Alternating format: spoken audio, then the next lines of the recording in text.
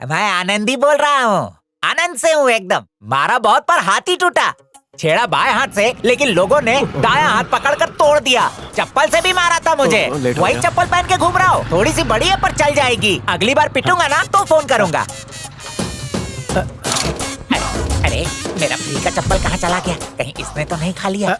Hello, हाँ sir, मैं advocate Nand Kumar बोल रहा हूँ। आपको मुझसे कुछ काम था ना?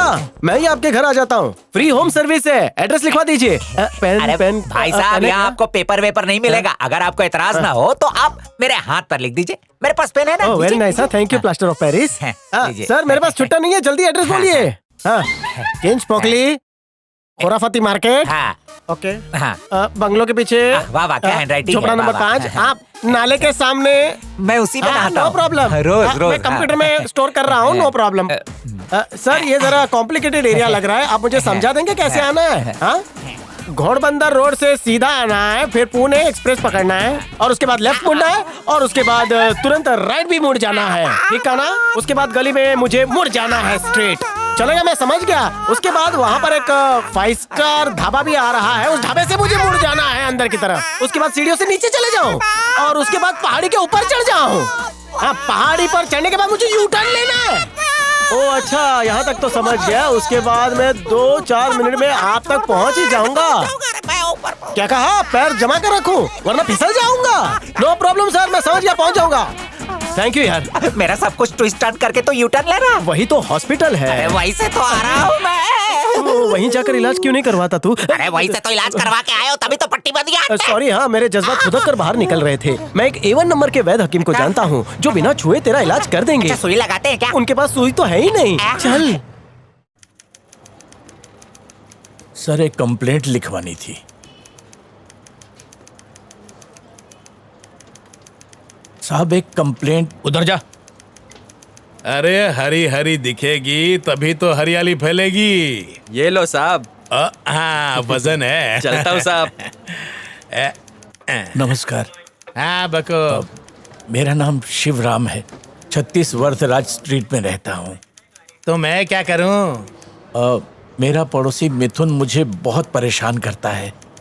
अच्छा अच्छा, एक काम करो, 2 व्हाइट एंड व्हाइट पेपर और 2 ब्लू एंड ब्लू पेपर लेकर आओ। हैं? अरे थांबा जरा। एक कानपुर चाय पीणार का? हाँ मंगा लो। हाँ तो एक काम करो, 2 चाय मलाई मार के, और मेरे लिए हाँ सिगरेट का पैकेट, और उसके लिए भी बड़ा पैकेट। आइला बड़े साहब को तो भूल ही गया, उनके लिए 2 बड़े बड़े नारियल जल्दी लेकर आओ। ए बनारसी, पान खाएगा क्या? हाँ चलेगा। हाँ तो उनके लिए 10 पान बनवा दो, जल्दी करना, और मेरे लिए 2 मीठा पान। है साहब मेरे लिए बीड़ी। हाँ इसके लिए एक बीड़ी का पैकेट ले आना। अरे बहुत सारे काम है, पहले जाके इतना तो लेकर आओ। अरे तुमको सुनता कम है क्या? जाओ ना बाबा जल्दी। नहीं तो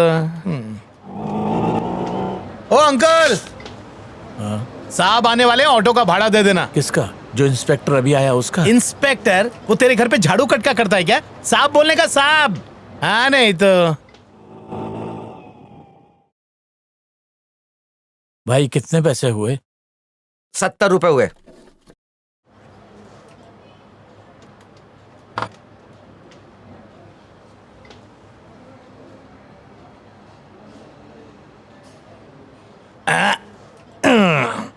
सब लेकर आ गए ना? जी लाया हूँ। चाय ठंडी, बनाने वाला भी ठंडा। चलो छोड़ो। दो मेरी बीड़ी दो। बीड़ी ले रे पकड़। साहब वो कंप्लेंट। तुम्हारा नाम भूल गया मैं। शिवराम सर। हाँ शिवराम। हाँ समझ गया। ऑटो आ गया है, जाओ।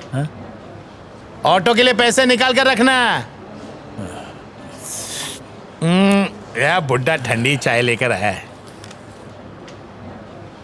सुनिए, आते वक्त चावल और गेहूं लाना भूलिएगा मत। सुनिए भाई साहब, अगर मेरी बात माने तो एक बार एडवोकेट सूर्या से मिल लीजिए।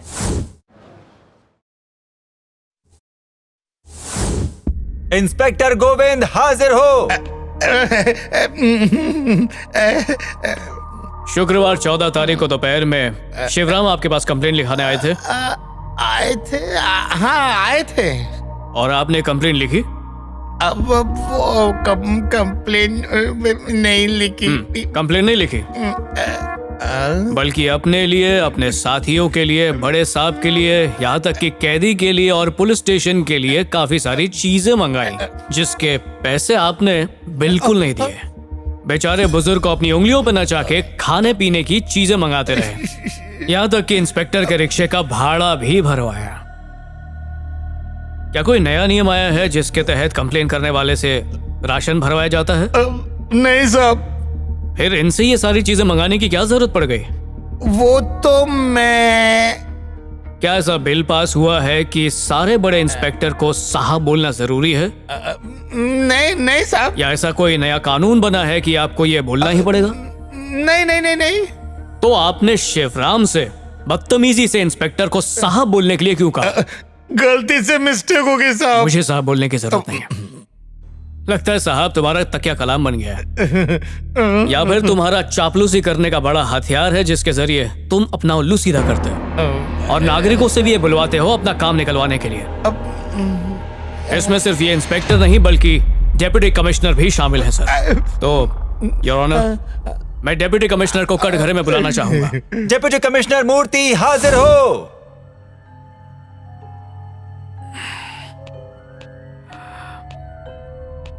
आप ही डेप्यूटी कमिश्नर मूर्ति हैं? जी हाँ। पार्ला ईस्ट का पुलिस स्टेशन आपके अंडर आता है? जी हाँ, मेरे अंडर में। क्या आपके पुलिस स्टेशन में कंप्लेन लिखाने के लिए सिगरेट और चाय की घूस देनी पड़ती है? इस चलन की आपको खबर है या फिर जान के भी आप अनजान बन रहे हैं? छोटी मोटी चीजों को घूस नहीं कहते। अच्छा, ये सब छोटी मोटी चीजें हैं। आपको लगता है छोटी मोटी चीजें बाजार में फ्री में बंटती हैं? सिर्फ पैसे मांगना ही घूस नहीं होता, चीजें मांगना भी रिश्वतखोरी है।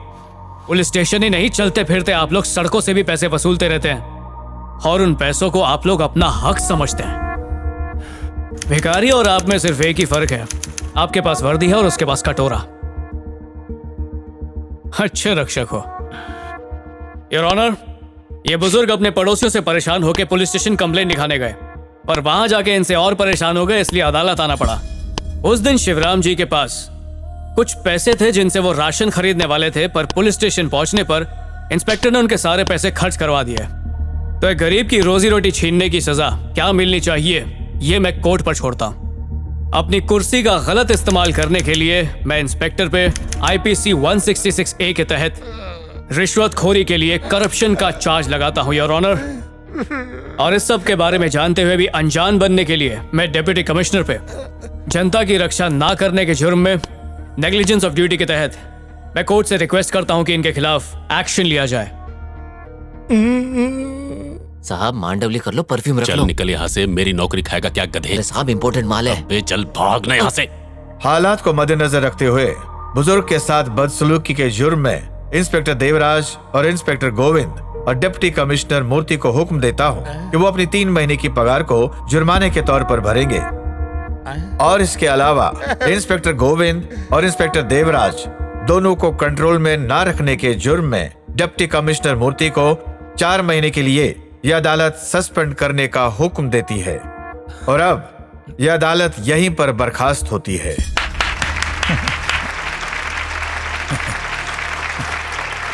आपको 4 महीने के लिए सस्पेंड किया गया है, क्या कहना चाहेंगे इस बारे में? No comments. आप रिश्वत लेके काम करते हैं? No comments. एडवोकेट सूर्या ने तो आपको 4 महीने के लिए सस्पेंड करा दिया। 4 महीने क्या करोगे? ए, शट अप। सॉरी सर, भूल से टकरा गया। ये टकराना तुझे भारी पड़ेगा और इस गलती का अंजाम तुझे बहुत जल्द पता चल जाएगा।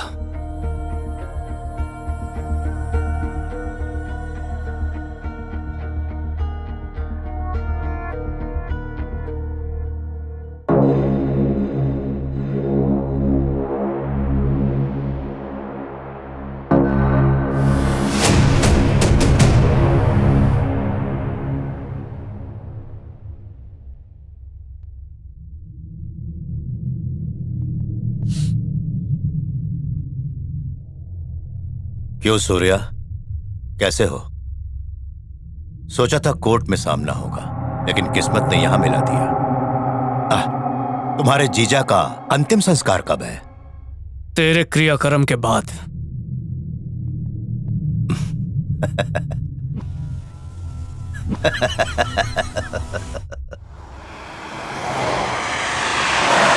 आधा लीटर दूध लेकर गई थी लेकिन कम निकला और जब गर्म किया तो फट गया। पता नहीं कैसा दूध बेचते हो तुम लोग। तो जाओ कहीं और से खरीद लो।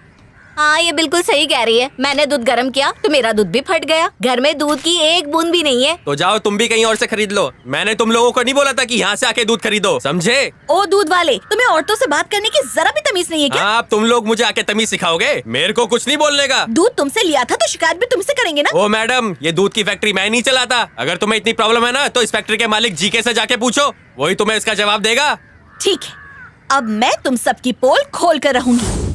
ये देखो, ये जीके कंपनी मिलावटी दूध बेच रही है। ये अदालत सरकार के बताए नियमों के अनुसार दूध की क्वालिटी सही न होने के कारण और साथ ही उसमें मिलावट करने के जुर्म में ये अदालत जीके की दूध की सारी फैक्ट्रीज पर हमेशा के लिए ताला लगाने का हुक्म देती है।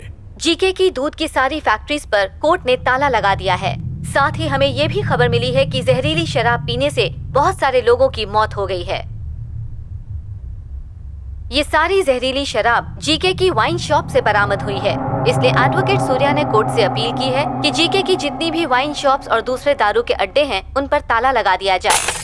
कोर्ट से नोटिस मिलते ही पुलिस ने जीके के सभी दारू के अड्डों पर छापा मारा और उन्हें सील कर दिया।